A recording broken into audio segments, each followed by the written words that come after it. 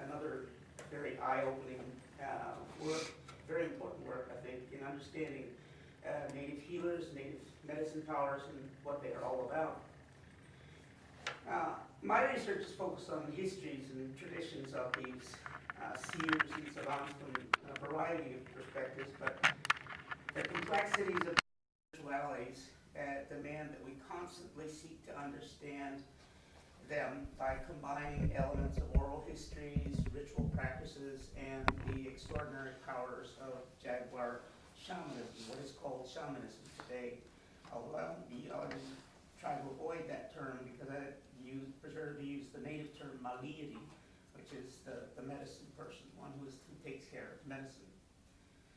There's always going to be a sense of irreducible mystery in their powers to divine, their powers to foresee the future. Nevertheless, which gives people today confidence that they are protected and will continue to be protected by the immortal spirits of these seers and savants. Let me give you some background on them first. The traditions of many indigenous cultures throughout the Americas express belief that the world was formed and shaped, destroyed, and regenerated several times before the creators were satisfied and left it for all future generations, and especially the medicine people to take care of. The stories sometimes foretell that other periods of purification and renewal may occur.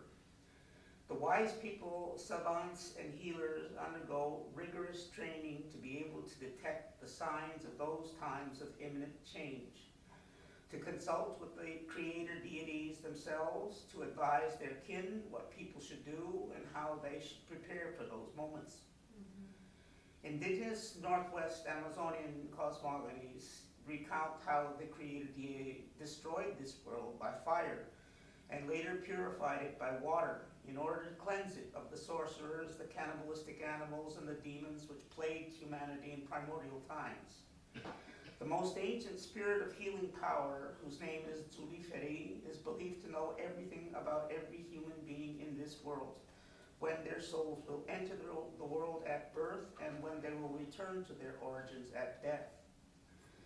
The Jaguar shamans, or Maliadi as they are called, during their cures, hear the voice of Zuliferi and other Maliadi spirits which advise them on what actions they should take. The Maliadi's most important responsibilities are as protectors, guardians of the cosmos, its people, and its food resources. As diviners, they are sentinels against attacks by enemy spirits, sorcerers, and omens that plague people's lives with sickness, famine, disorder, and death. Sickness is understood as a partial or total loss of a person's soul, and it is cured by the Maliadi's soul voyage to the parallel other worlds where they encounter and obtain remedies from the great spirits and the deities. These soul voyages can be understood as processes of world making in the sense that is used by the anthropologist Joanna Overing. For their soul voyage is complemented by a singing into being of the new, other, and beautiful world. Once the Maliadi opens the portal that separates this world from the parallel other world. Note that they speak of the new other world and not the world of the primordial past. From the point of view of humans, that world is the ancient world, the before world, the primordial world. But from the point of view of Maliadi, they see that ancient world from the temporal perspective of when it was still young, beautiful, and shining like silver. That is why they must die before returning to the other world. They bring that new world into this world in order to renew this world, to bring the newness of the other world into this world, and so doing heal it. In their search for the soul of the sick, after inhaling the powerful sacred snuff, which is called parika, It is produced from the red exudate of the barola tree, the chemical principle of which is DMT, the so-called spirit molecule. The Maliri soul ascends a stairway raised by Parika and proceeds to search for the lost soul all throughout the cosmos. When they snuff the Parika, Maliri say they fall down as though dead. They place the Maliri lying down as though inside a coffin. Then the Maliri see their bodies all rotted away. The Maliri see their bones all white. Parika shows us what people go through after they die. We, the Maliri, we see what lies before us. And during their curing ritual, which follows this, through a kind of synesthetic construction of hearing the voice, seeing, singing, and body choreography, the Maliri sing about all of what they see and feel in their heart-soul's journey through the new, other, and beautiful world. The powers of the Maliri derive from an extraordinary attunement of their observations to the sensorial qualities of all spirit manifestations. I think that's along the lines that William Lyons was talking about in his book. This is crucial for distinguishing between spirits which deceive and those which are true manifestations. In their songs, the Maliri repeatedly affirm that there are those people who don't want to know the truths of Zulifere, but they who can see and above all feel what the other world is like, know and hear the voice of the spirits in their hearts and are speaking the real truth. Well, the knowledge, the indigenous knowledge that we're talking about is the knowledge, it's heart knowledge, basically. They're trained to see the spirit double of any being, and it's both in its true personhood and its inner dark soul, which is projected as a shadow. So they recognize sorcerers as having the features of spirits of the dead and bodies of tree animals recognized as omens of death by sorcery. The sorcerer's shadow soul, which is the projection of its dark interior, is seen as a spirit of the dead, an inhabitant of the periphery of this world. And so the Maliri say that when a sorcerer enters a house, first the spirit of the dead enters, then the body of the furry animal, the tree animal, enters afterwards. They recognize that. It's not a person any person that enters in the house. The Maliri spirits are capable of perceiving imminent danger before it actually appears, because in their way of seeing, they are surrounded by mirrors, all allowing them to see the entire world from all angles and all at once.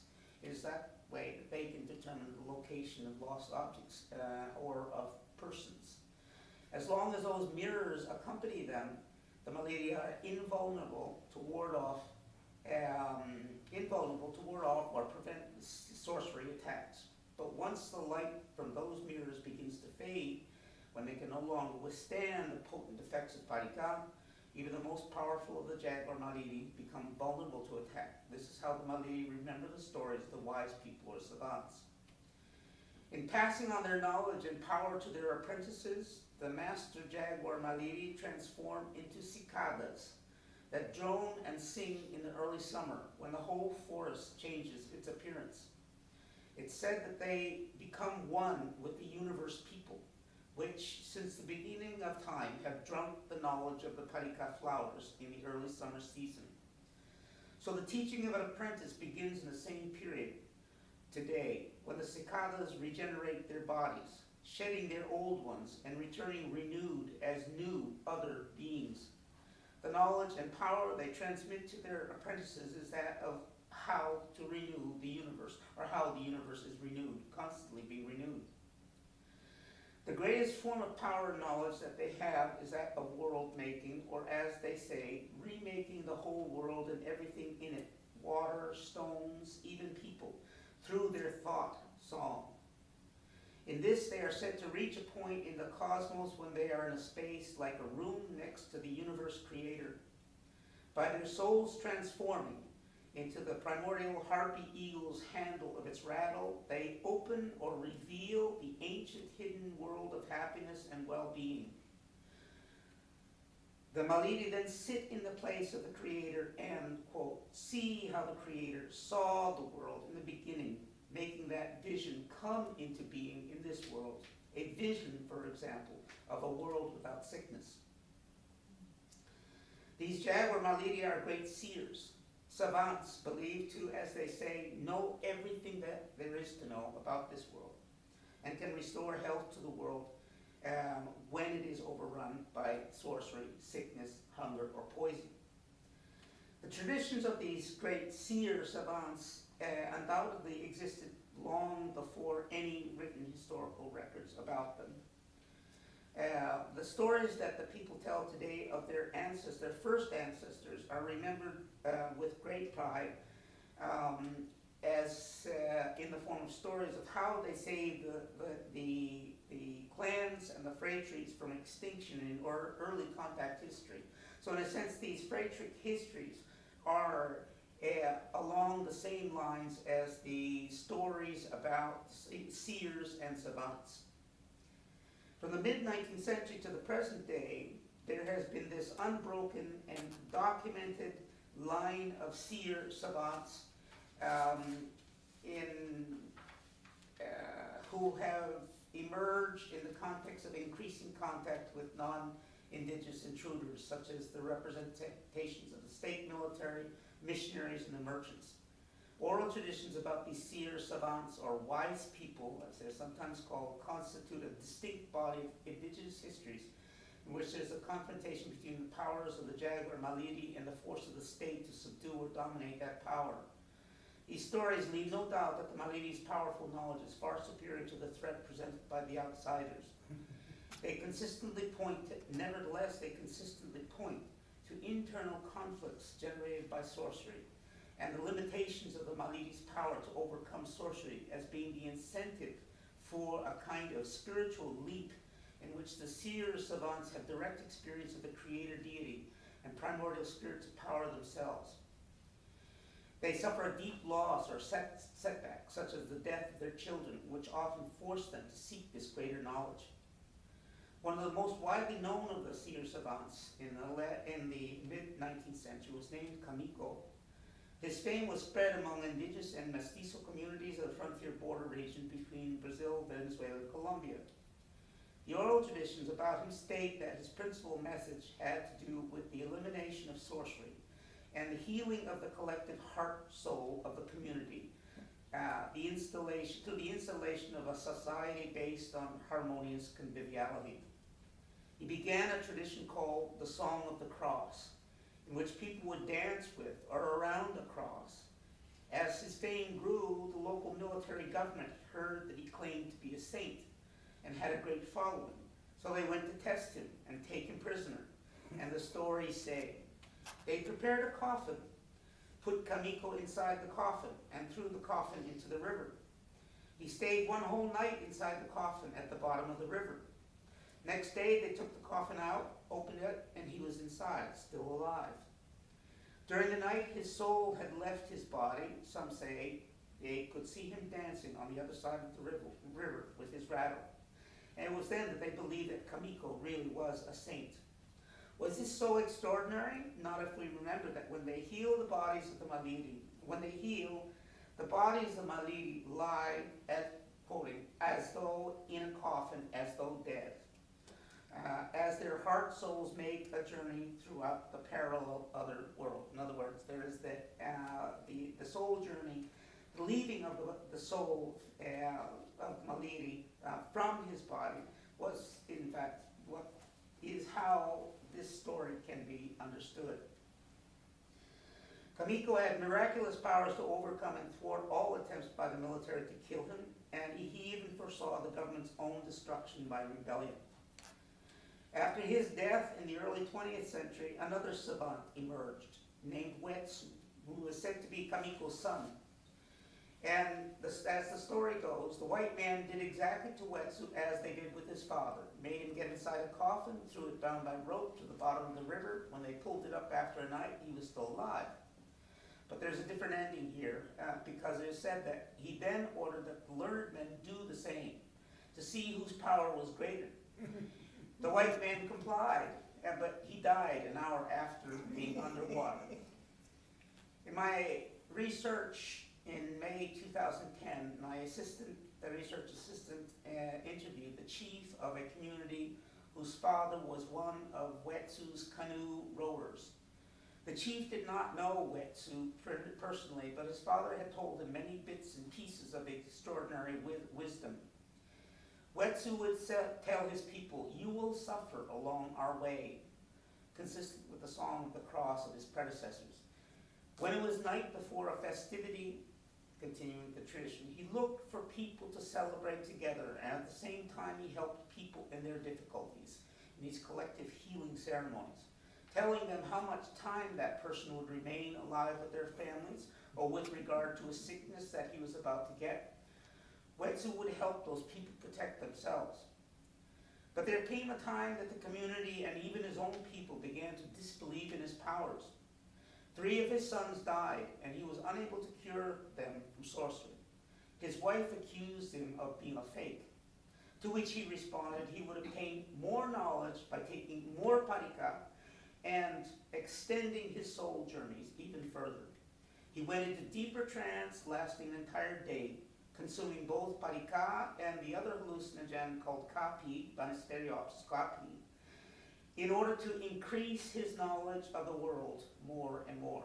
You don't really die, as they say on parika. Your knowledge increases exponentially by taking more. And it is generally a much longer period of trance, up to 10 hours worth of trance. He then began seeing and conversing with the dead. The dead sent messages through him to the living with their remembrances.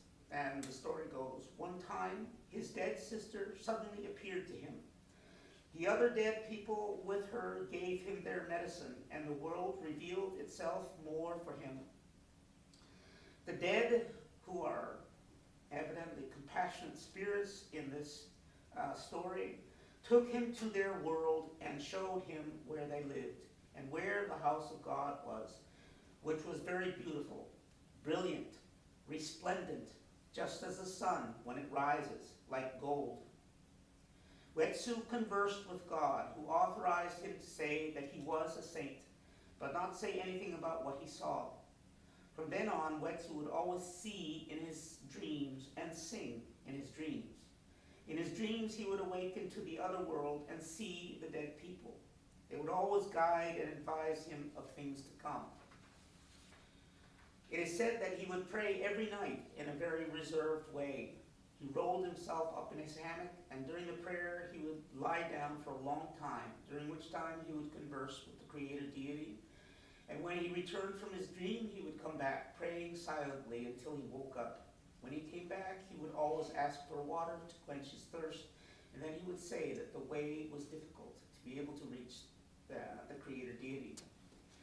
God then authorized him to tell the people what he saw in the world of the dead and of God. And so because of this, he began attracting more people.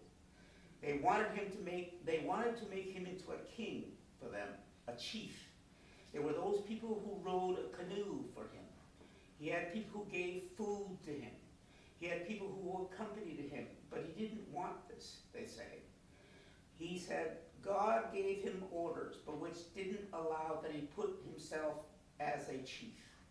He wanted to be equal to other people, neither superior nor inferior, because obviously if he put him in a position of being superior or inferior, that would expose himself, as he was exposed prior to that, to sorcery.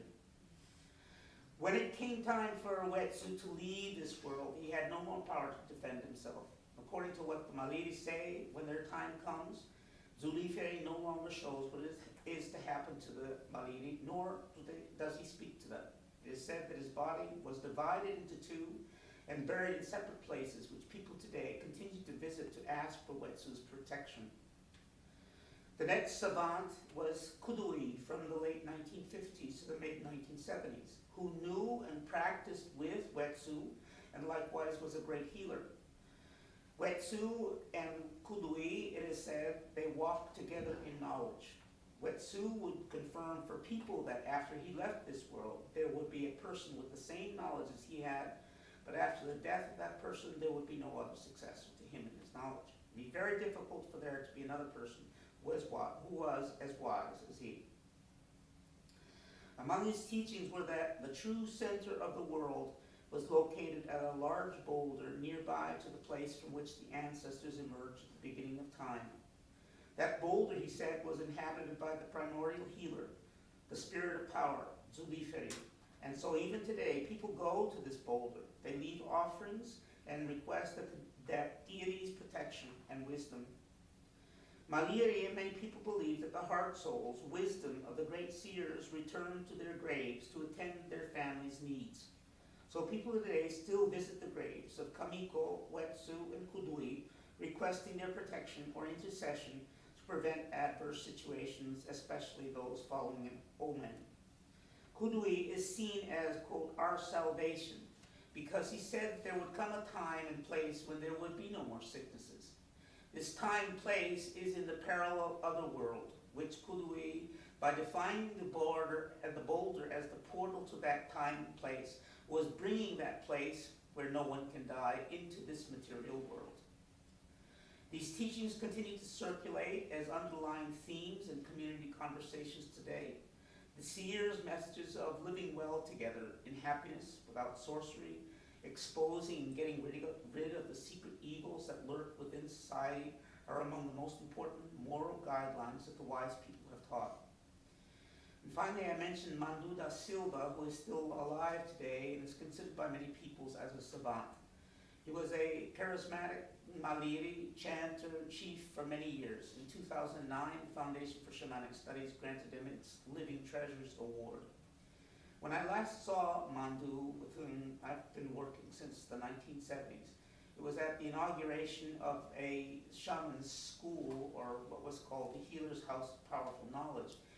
And he reaffirmed his principal message, which was that there was a vital need for community harmony and commitment to the continuity of their traditions.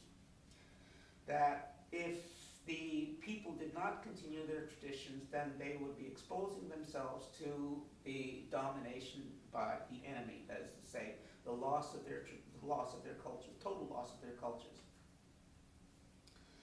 In fact, he made a movie about this, which was in 1989. It was called La Advertencia de Mandu, the Warnings of Mandu, in which he went to visit a community of his kin in Venezuela, on the upper Rio Negro in Venezuela, who the shamans of the Maliri of that particular community had been totally manipulated by the white non-indigenous politicians who had taken over the government and had installed a kind of surrealistic Latin American indigenous community, which the shamanic tradition just did not have any space to develop any longer. So that was what Mandu was very much afraid would happen to his own community on the Brazilian side. So in summary, the vital importance of the savants for the future of humans in nature. Well, first, their experience is one of heartfelt knowledge, singing the new other world into being in order to heal the people of this world, forming a vision of a new, beautiful world without sickness, encouraging harmonious conviviality with all other living beings, exposing the hidden evils of sorcerers, and purifying the communities of this self-destructive weapon. Second, their compassion and caring for others, of all those who suffer along the way, as well as the protection they afford against harm doers, even after the seer's physical departure from the world. Third, their extraordinary powers to translocate, to metamorphose, in order to escape death traps, to recognize the hidden, disguised alterity in humans, their heightened perception of imminent signs of attacks, and the immortality of their souls. Fourth, in being guided by the souls of the dead, and in the deep and extensive knowledge that the sacred plants induce, the savants maintain continuous communication with powerful spirits and deities. Their messages provided guidance in uncertainty, calm and tranquility in the faces of danger, and renewal of the traditions as the way to overcome disorder.